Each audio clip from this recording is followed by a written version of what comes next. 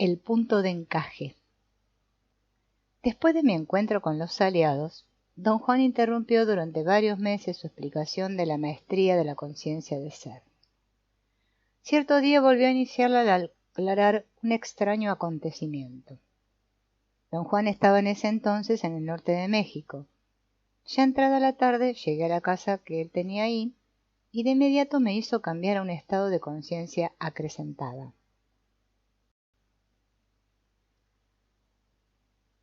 Al instante recordé que don Juan siempre volvía a Sonora a fin de renovarse. Me había explicado que un nahual, siendo un líder con tremendas responsabilidades, debe tener un punto de referencia físico, un lugar en el mundo donde ocurra una confluencia de energías compatibles con él. Para don Juan el desierto de Sonora era tal lugar. Al entrar en la conciencia acrecentada noté que estaba otra persona escondida en la penumbra dentro de la casa. Le pregunté a don Juan si Genaro estaba con él. Contestó que estaba solo y que yo había visto a uno de sus aliados, el que cuidaba la casa. Don Juan hizo un gesto extraño. Contorsionó el rostro como si estuviera sorprendido o aterrado. Y al momento se abrió la puerta del cuarto y apareció la figura de un hombre extraño. La presencia del hombre, ese, me asustó tanto que me sentí hasta mareado. Y antes de que pudiera recuperarme del susto, el hombre se abalanzó sobre mí con escalofriante ferocidad. Me aferró de los antebrazos y sentí una sacudida bastante parecida a la descarga de una corriente eléctrica baja.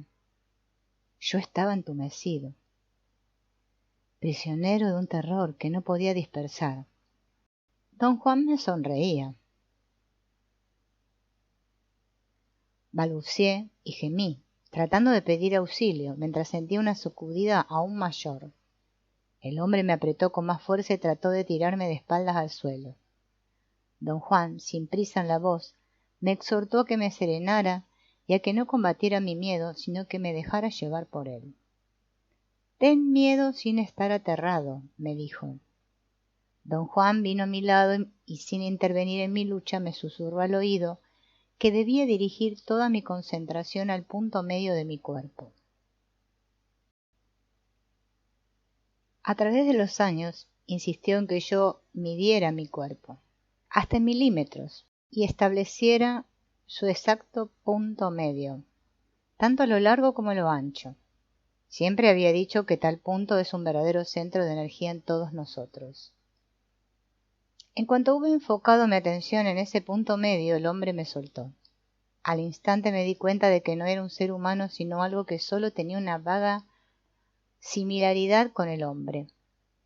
En cuanto perdió su forma humana para mí, el aliado se convirtió en una masa amorfa de luz opaca. Don Juan me detuvo y caminó conmigo a la ramada de su casa. Me hizo sentar en un macizo cajón de madera que usaba como banca. El aliado me perturbó intensamente, pero el hecho de que mi terror hubiera desaparecido de manera tan rápida y completa me perturbaba aún más. Comenté mi repentino cambio. Don Juan dijo que cambios volátiles como el mío no tenían nada de extraño y que el miedo se extinguía en cuanto el resplandor de la conciencia cruzaba cierto umbral dentro del capullo del hombre. Empezó entonces su explicación.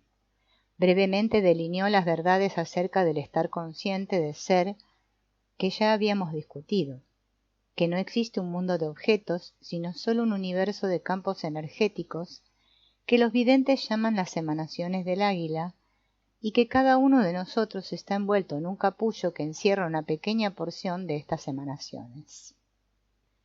Que la conciencia de ser es el producto de la constante presión que ejercen las emanaciones exteriores llamadas emanaciones en grande sobre las emanaciones interiores.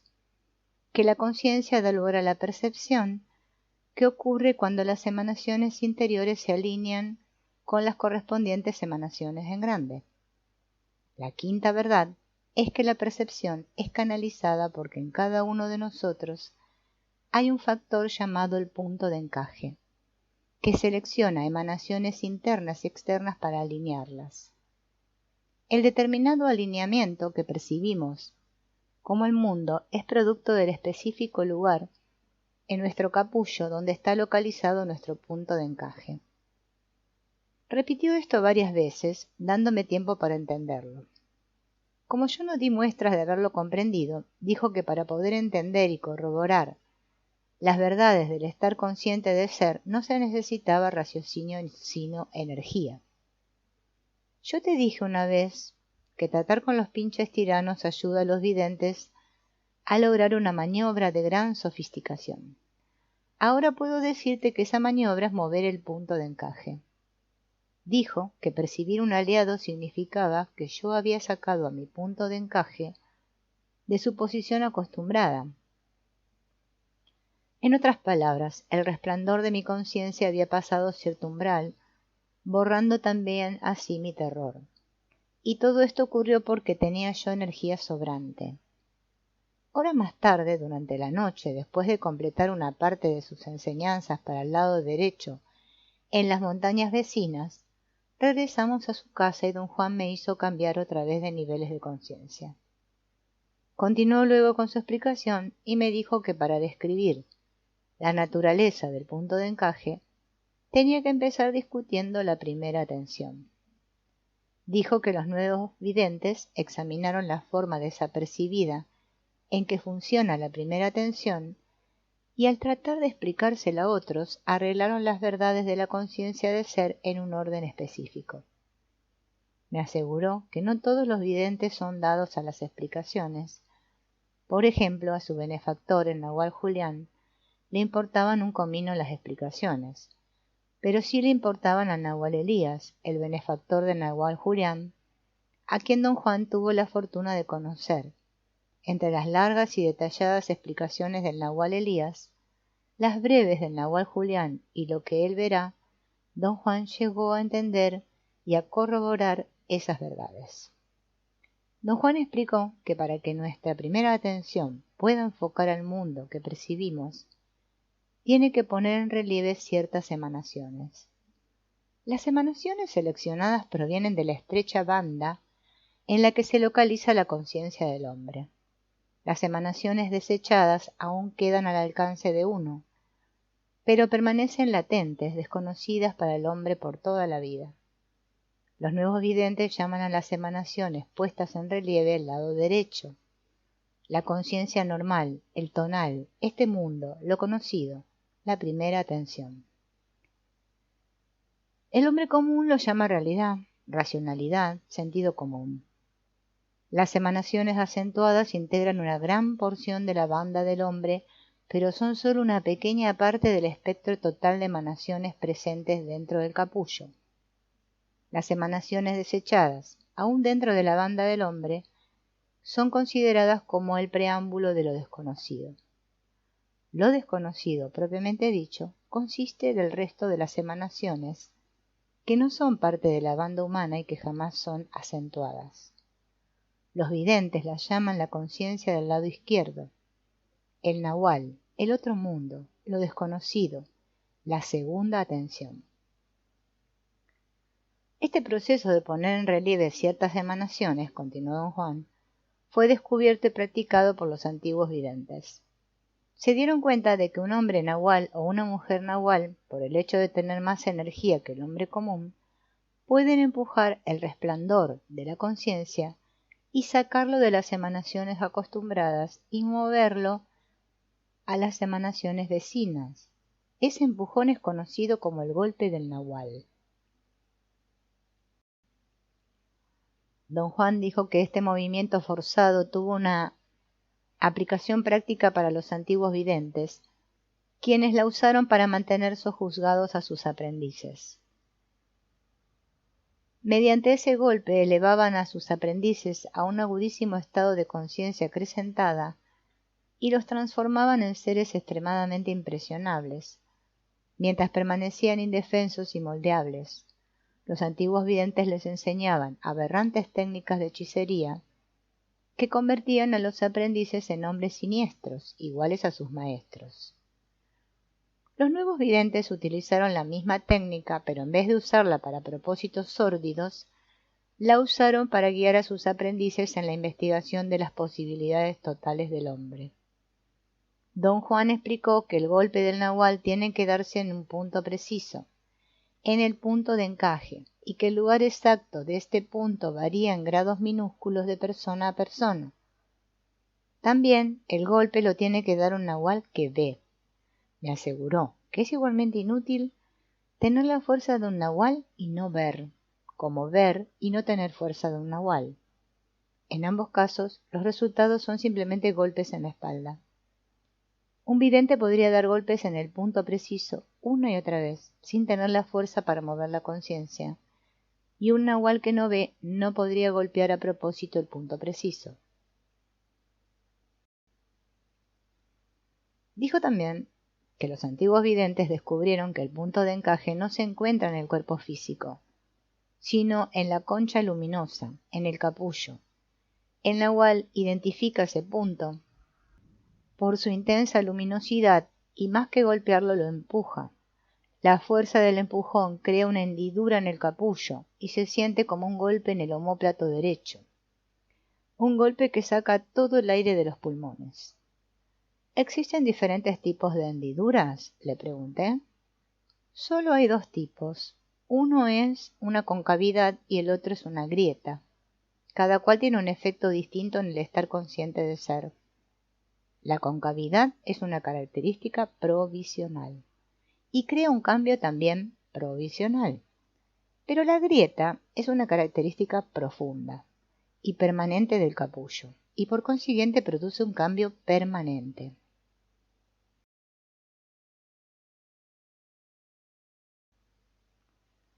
Explicó que generalmente un capullo endurecido por la absorción en sí mismo no se ve afectado en absoluto por el golpe del nahual. Sin embargo, en ocasiones el capullo del hombre es muy flexible y la más pequeña fuerza crea una hendidura, como un plato de sopa, que varía desde una depresión del tamaño de una naranja a una que abarca la tercera parte del todo del capullo. O crea una grieta que puede correr a todo lo ancho de la concha luminosa o a lo largo, dando la impresión de que el capullo se ha enroscado en sí mismo. Después de que se crea la hendidura, algunas conchas luminosas, al instante, vuelven a cobrar su forma original.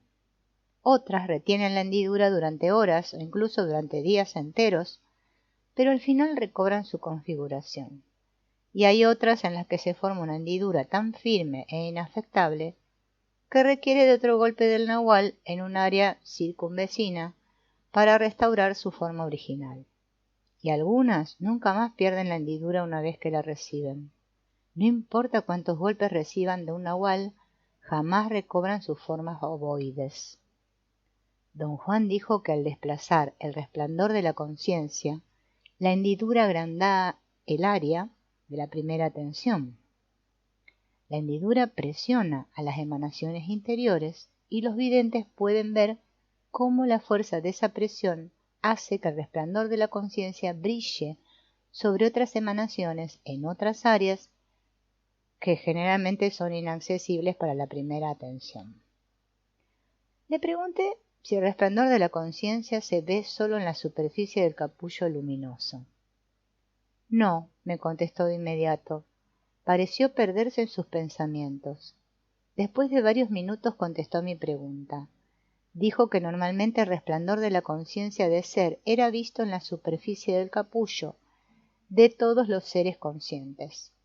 Sin embargo, cuando el hombre ha desarrollado la atención, el resplandor adquiere profundidad.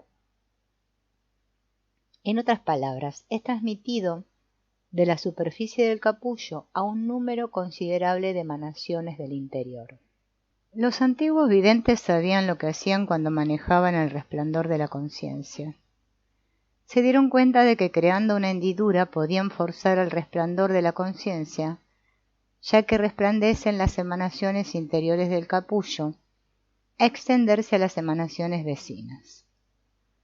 Usted habla como si todo esto fuera un asunto físico, le dije. ¿Cómo pueden hacerse hendiduras en algo que es tan solo una luminosidad? De alguna manera inexplicable.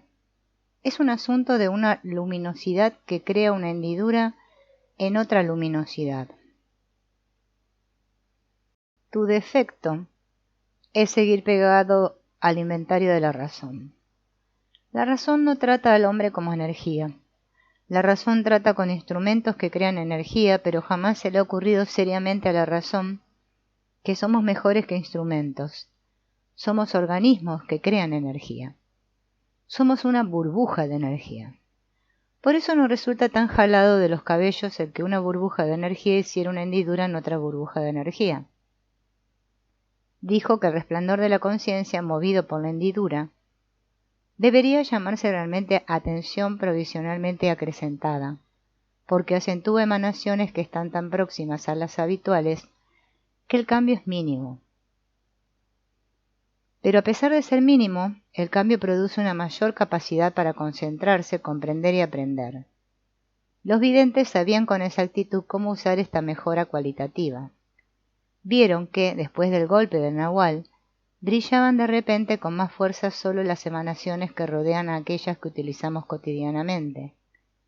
Las más alejadas permanecen inafectadas, lo que significaba para ellos que mientras están en un estado de atención provisionalmente acrecentada, los seres humanos pueden tratar con todo como si estuvieran en el mundo de todos los días. La necesidad de un hombre nahual o de una mujer nahual se volvió de suprema importancia para ellos, porque ese estado dura solo mientras persiste la depresión. Cuando se desvanece todo se olvida de inmediato. ¿Por qué es que uno se olvida?, le pregunté. Porque las emanaciones que permiten mayor claridad dejan de estar en relieve cuando uno sale de la conciencia acrecentada. Si el resplandor de la conciencia no brilla más en ellas, lo que uno experimente o atestigue también se apaga. Don Juan dijo que una de las tareas que los nuevos videntes desarrollaron para sus aprendices era el forzarlos, años más tarde, a recordar, esto es, a volver a acentuar por sí mismos aquellas emanaciones utilizadas durante estados de conciencia acrecentada. Me recordó que Genaro siempre me recomendaba aprender a escribir con la punta del dedo en vez de hacerlo con un lápiz, para así no acumular notas. Don Juan me aseguró que lo que Genaro realmente había querido decir era que mientras estaba yo en estados de conciencia acrecentada, debía utilizar emanaciones no habituales para archivar diálogos y vivencias, y algún día recordarlo todo al hacer brillar nuevamente el resplandor de la conciencia en las emanaciones usadas como archivo.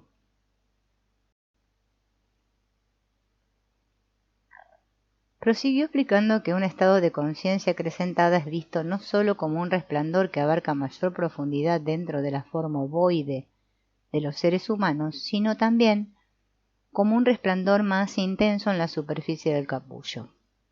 Sin embargo, no es nada comparado con el resplandor producido por un estado de conciencia total, que es visto como una explosión de incandescencia en todo el huevo luminoso. Es una explosión de luz de tal magnitud que los límites de la concha se vuelven difusos y las emanaciones interiores se extienden más allá de todo lo imaginable. ¿Esos son casos especiales, don Juan? Desde luego, solo los videntes viven. Ningún otro hombre o criatura viviente se ilumina así. Los videntes que premeditadamente alcanzan la conciencia total son algo digno de verse. Ese es el momento en el que arden por dentro. El fuego interior los consume y en plena conciencia se funden con las emanaciones en grande y se expanden en la eternidad. Me quedé unos días más en Sonora y luego regresamos en coche a la casa en el sur de México, donde vivían don Juan y su grupo de videntes. El día siguiente fue cálido y brumoso. Me sentía con flojera y de alguna manera molesto. A media tarde había en ese pueblo una quietud desesperante. Don Juan y yo estábamos sentados en los sillones de la sala. Le dije que la vida en el México rural no era lo ideal para mí. Algo me hacía sentir que el silencio del pueblo era forzado, y esto me causaba una tremenda frustración. El único ruido que alguna vez llegué a escuchar era el sonido de voces de niños gritando en la distancia. Nunca pude enterarme si jugaban o gritaban del dolor. Cuando estás aquí, siempre estás en un estado de conciencia acrecentada, dijo don Juan. A eso se debe la diferencia. Pero sea como fuera, deberías andar acostumbrándote a vivir en un pueblo así. Algún día vivirás en uno. ¿Por qué tendría yo que vivir en un pueblo así, don Juan? Ya te expliqué que la meta de los nuevos videntes es ser libres, y la libertad tiene las más devastadoras implicaciones. Entre ellas está la implicación de que los guerreros deben buscar intencionalmente el cambio. Tu predilección es vivir como lo haces. Estimulas tu razón examinando tu inventario muy a la ligera y oponiéndolo a los inventarios de tus amigos. Esas maniobras te dejan muy poco tiempo para hacer un examen de ti mismo y de tu destino. Tendrás algún día que renunciar a todo eso. Ahora, si todo lo que conocieras fuera la calma muerta de este pueblo, tarde o temprano tendrías que buscar la otra cara de la moneda. ¿Es eso lo que hace usted aquí, don Juan? Nuestro caso es un poco diferente, porque nos encontramos al final de nuestra senda. No buscamos nada. Lo que nosotros hacemos aquí solo es comprensible para un guerrero. Pasamos de un día a otro sin hacer nada. Estamos esperando. No me cansaré de repetirte esto.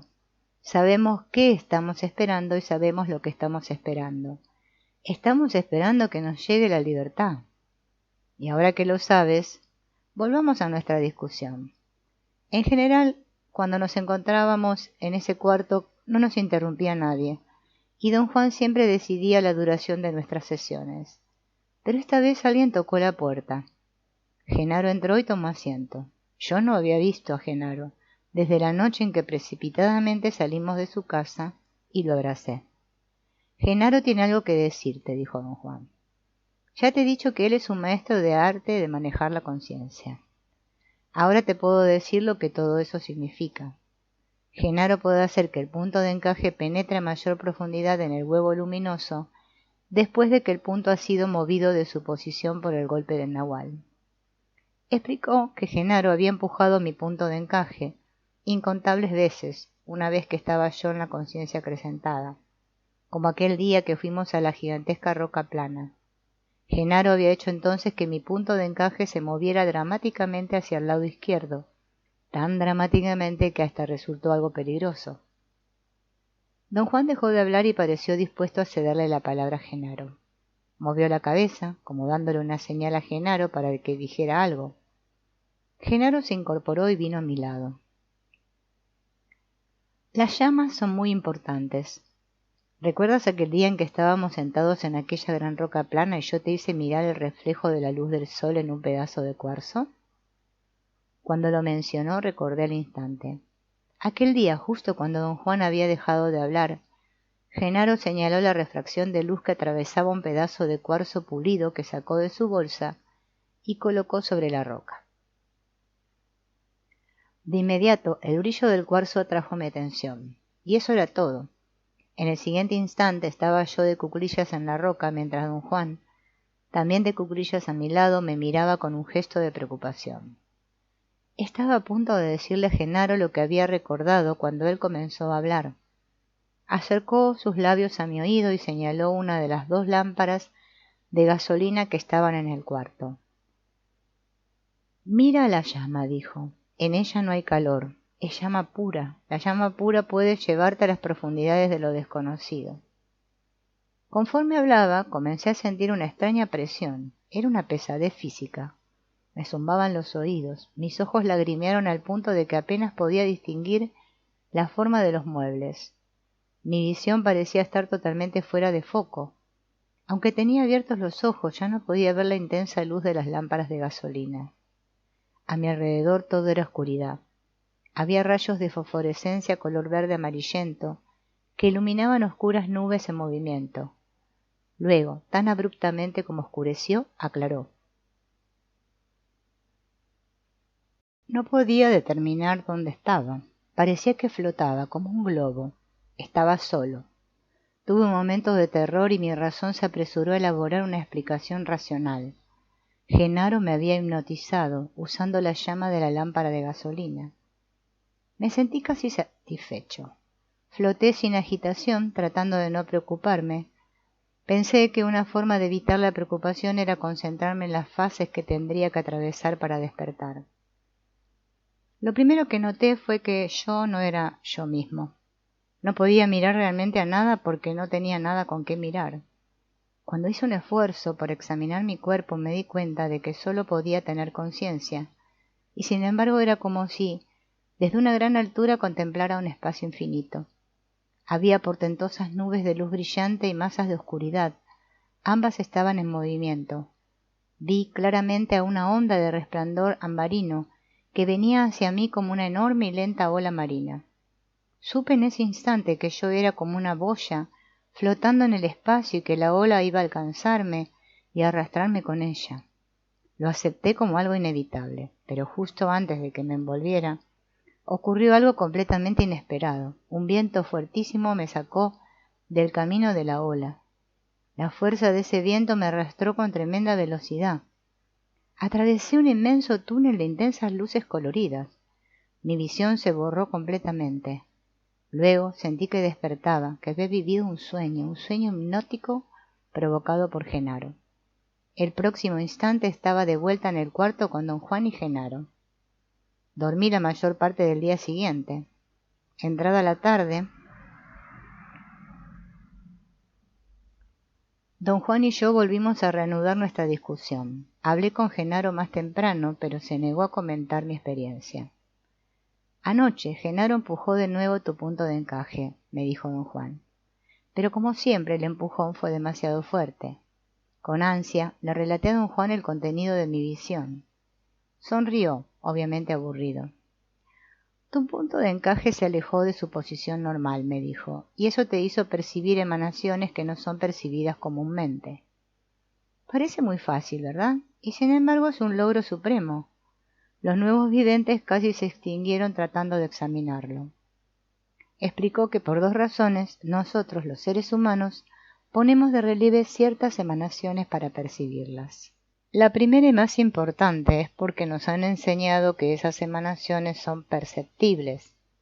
Y la segunda porque nuestros puntos de encaje han sido entrenados a seleccionar y preparar esas emanaciones para ser utilizadas. Cada ser viviente tiene un punto de encaje que selecciona las emanaciones que serán acentuadas. Los videntes pueden saber si los seres conscientes comparten la misma visión del mundo al ver si son iguales las emanaciones que sus puntos de encaje han seleccionado. Afirmó que uno de los más importantes adelantos de los nuevos videntes fue descubrir que el sitio donde se encuentra localizado ese punto, en el capullo de todos los seres vivientes, no es una característica permanente. La conducta habitual lo sitúa en ese sitio específico. De ahí la tremenda importancia que le dan los nuevos videntes a las nuevas acciones, a las nuevas posibilidades prácticas. Desesperadamente quieren llegar a nuevos usos, a nuevos hábitos. El golpe del nahual es de suprema importancia, porque hace que ese punto se mueva, altera su ubicación. A veces incluso llega a crear una grieta permanente en ese sitio. El punto de encaje queda completamente desalojado y la percepción cambia de manera dramática. Pero lo que resulta ser aún de mayor importancia es entender todas las verdades de la conciencia de ser. Solo así llega uno a darse cuenta de que ese punto debe moverse desde adentro. La triste verdad es que los seres humanos siempre pierden por negligencia. Simplemente desconocen sus posibilidades.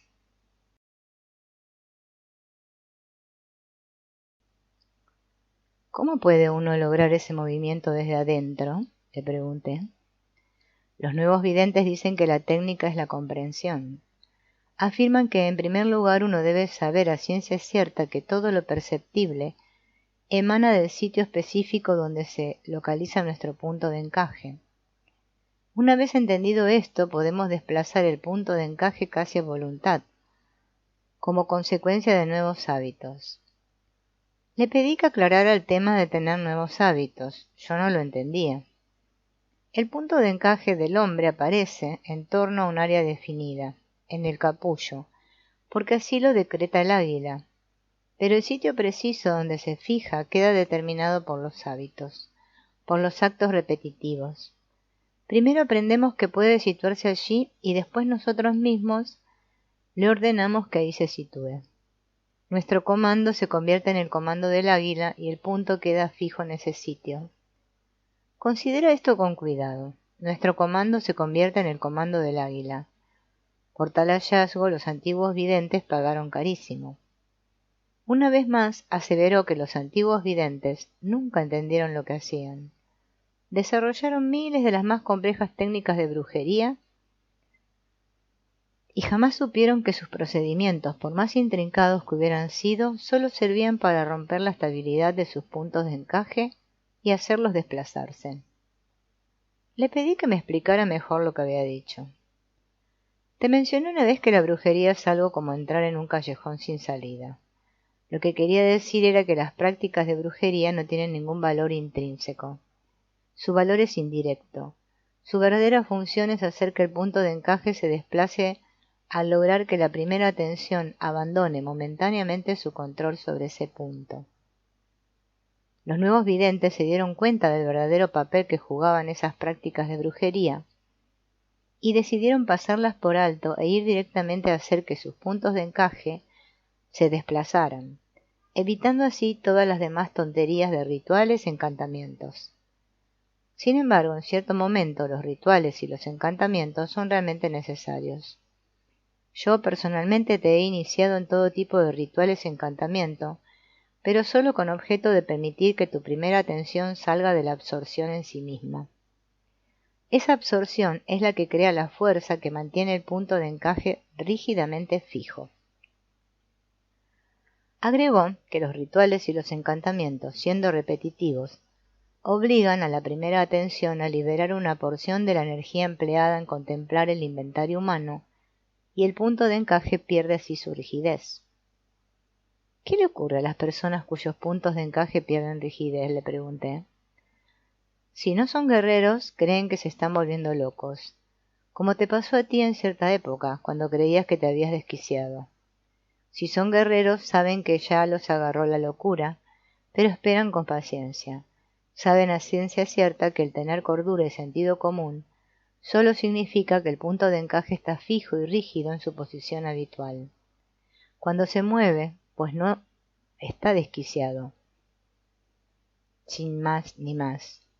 Dijo que se les abren dos opciones a los guerreros cuyos puntos de encaje se han desplazado. Una es reconocer estar enfermos y comportarse como locos, reaccionando emocionalmente ante los extraños mundos que la nueva posición de sus puntos de encaje los obliga a presenciar. La otra es permanecer serenos, inconmovibles, sabiendo que el punto de encaje siempre vuelve a su posición original. ¿Qué pasa si el punto de encaje no regresa a su posición original, don Juan?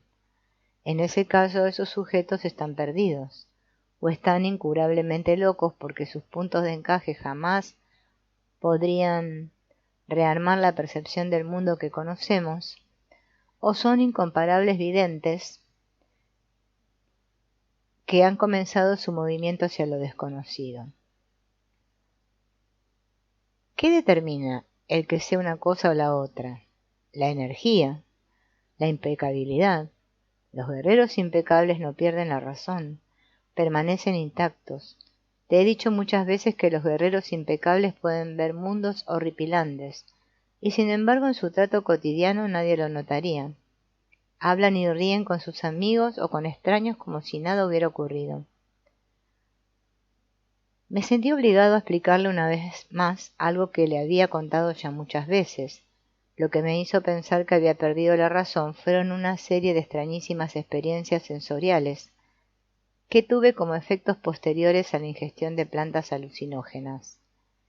Experimenté alarmantes estados de total discordancia de espacio y tiempo, lapsos de concentración mental y alucinaciones.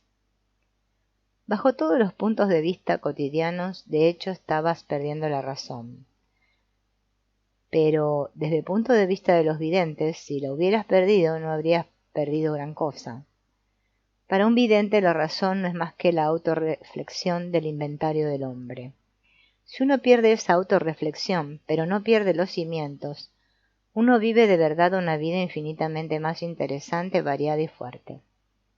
Comentó que el defecto estaba en mi reacción emocional.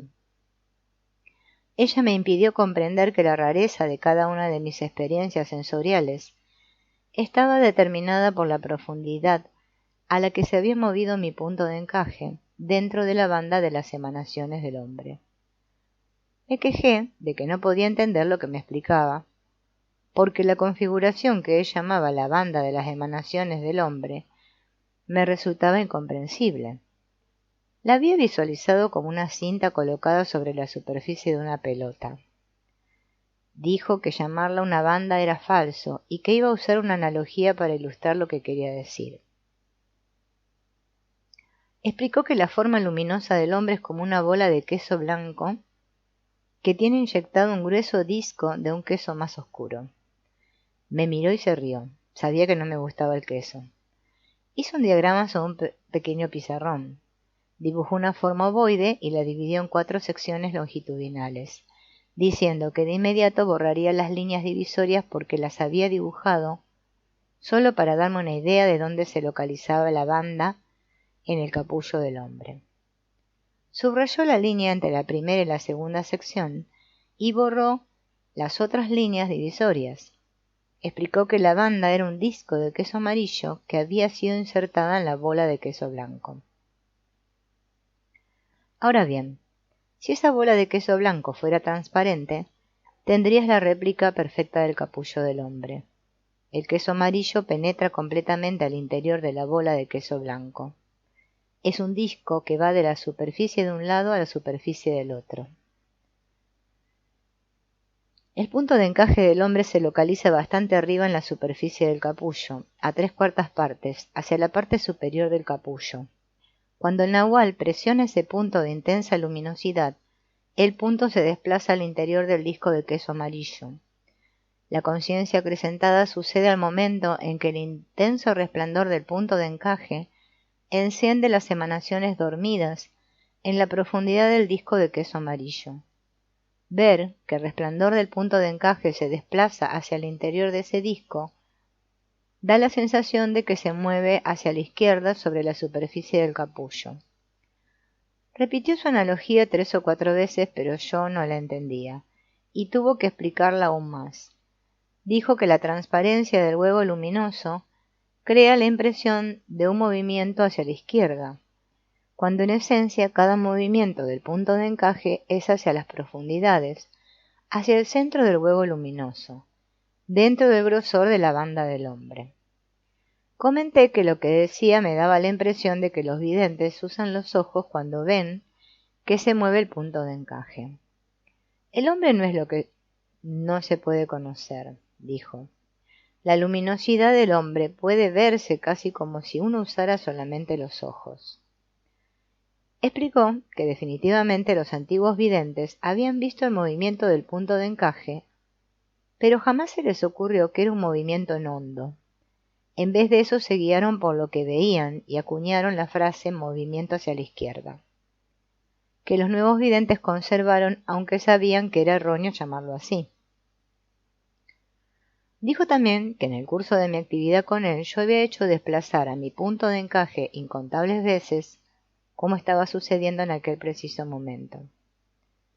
Debido a que esos desplazamientos de mi punto de encaje fueron siempre hacia lo hondo, jamás había yo perdido mi sentido de identidad, a pesar de que estaba utilizando emanaciones que nunca antes usé. Cuando Nahual da su golpe, el punto acaba en cualquier lugar dentro de la banda del hombre, pero no importa en absoluto dónde acabe, porque donde quiera que lo hace será siempre terreno virgen. La gran prueba que los nuevos videntes desarrollaron para sus guerreros aprendices es desandar el viaje que sus puntos de encaje llevaron a cabo bajo la influencia del nahual. A este repaso, cuando ha sido concluido, le llamaron recuperar la totalidad de uno mismo. Prosiguió diciendo que los nuevos videntes vieron que en el curso de nuestro crecimiento, el resplandor de la conciencia, una vez que se enfoca en la banda de emanaciones del hombre y elige alguna de ellas para acentuarlas, entra en un círculo vicioso. Mientras más acentúe ciertas emanaciones, más estable se vuelve el punto de encaje. Esto equivale a decir que nuestro comando se convierte en el comando del águila. Por lo tanto, es un verdadero triunfo romper ese comando y mover al punto de encaje.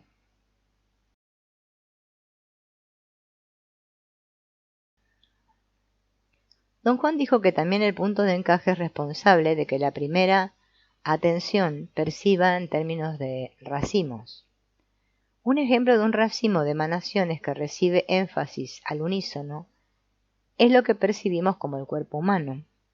Otro racimo parte de nuestro ser total, nuestro capullo luminoso.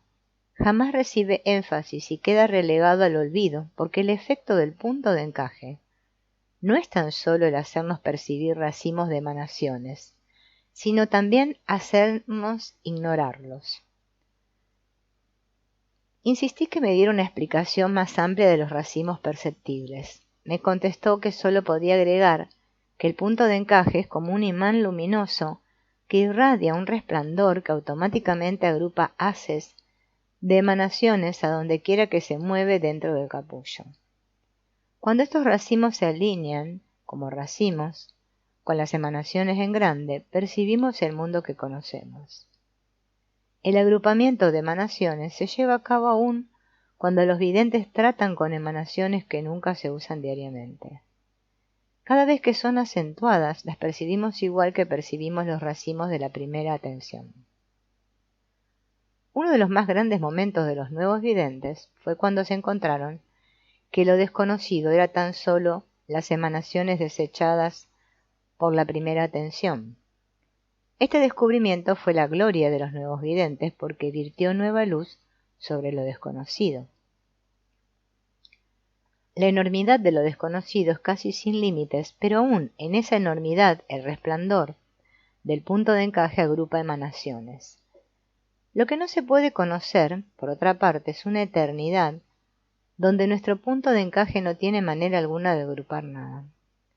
Explicó que los nuevos videntes se dieron cuenta de que sus visiones obsesivas, aquellas que eran prácticamente imposibles de concebir, coincidían con el movimiento de sus puntos de encaje a profundas regiones en la banda del hombre. Esas son visiones del lado oscuro del hombre, aseguró. ¿Por qué lo llama usted el lado oscuro del hombre, don Juan? Porque es nuestro lado sombrío y nefasto.